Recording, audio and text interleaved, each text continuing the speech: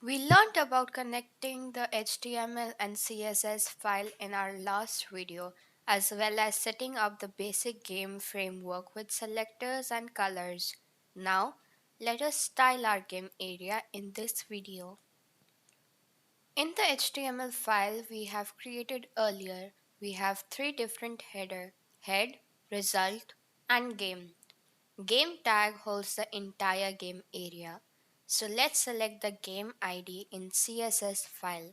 Now we select the position with value are relative. Position is positioning the element with respect to the page. We have selected relevant because as the screen shape changes, game area will adjust itself. Width as 640 pixel and height as 320 pixel. These are specific calculated values as each canvas earlier in HTML file is specified as 100 pixels. And when we say the height as 320 pixel is because we have three canvases that take 300 pixels and rest 20 pixel is a space around each pixel, or else canvas will overlap each other, and we do not want that. The width is 640 as we also have rule area apart from the canvas, and we will allow another 300 pixel for the rule area. That makes it 640 pixel altogether. 320 for the canvas and 320 for the rules.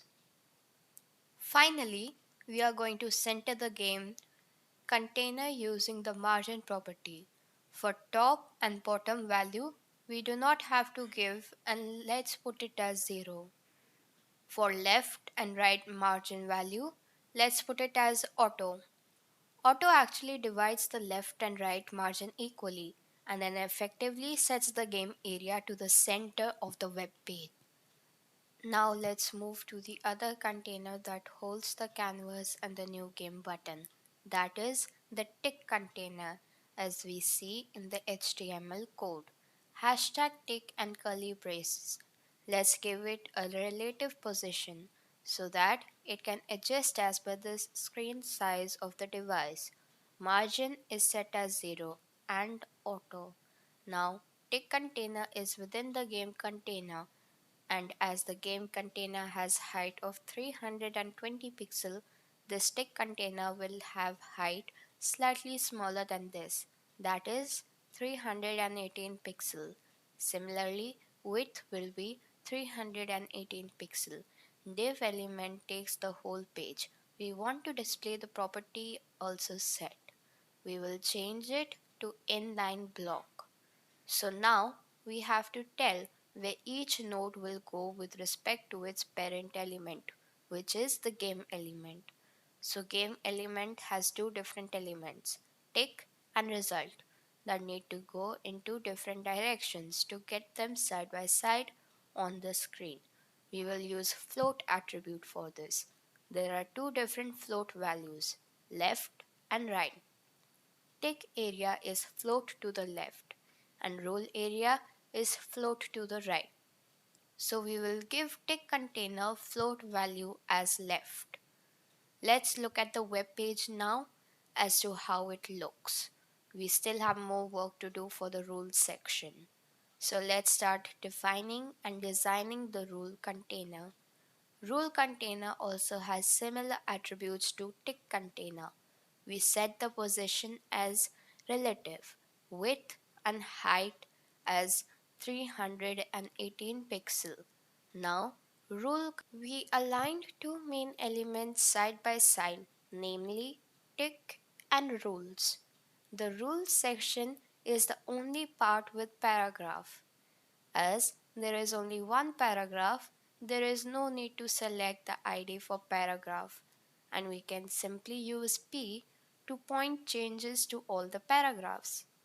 Let's specify the font size of 30 pixel and margin as 15 pixel. Let's give it color of dark slate gray. That is it.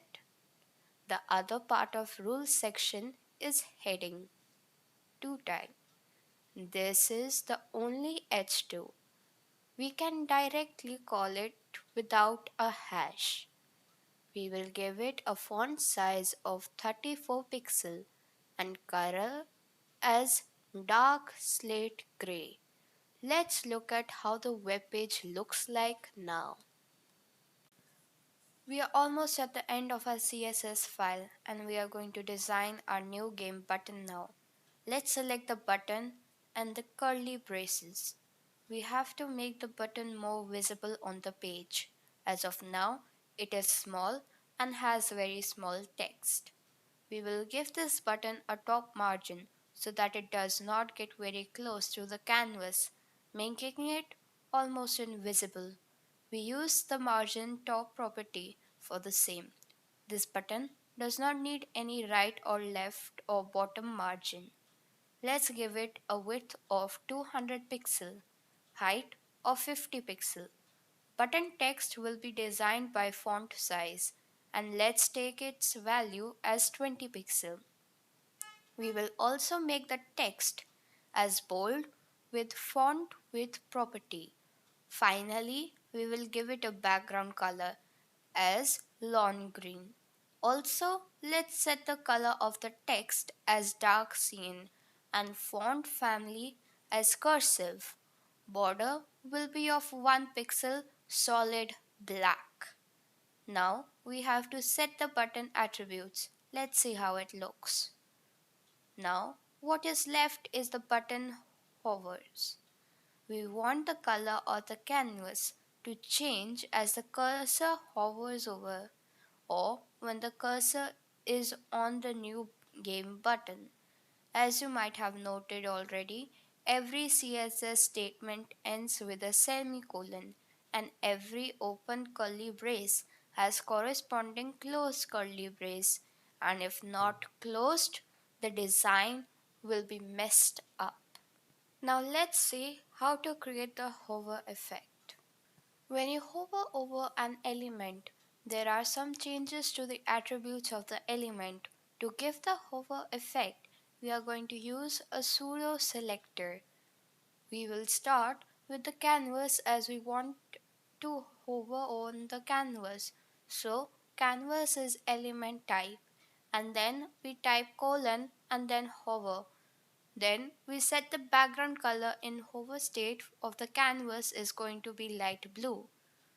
We also want a button hover, and for this we are going to change the background color when the cursor moved on the button to dark green. Let's save and see how it looks on the web page. So appearance is all set now. Now we have to make action work.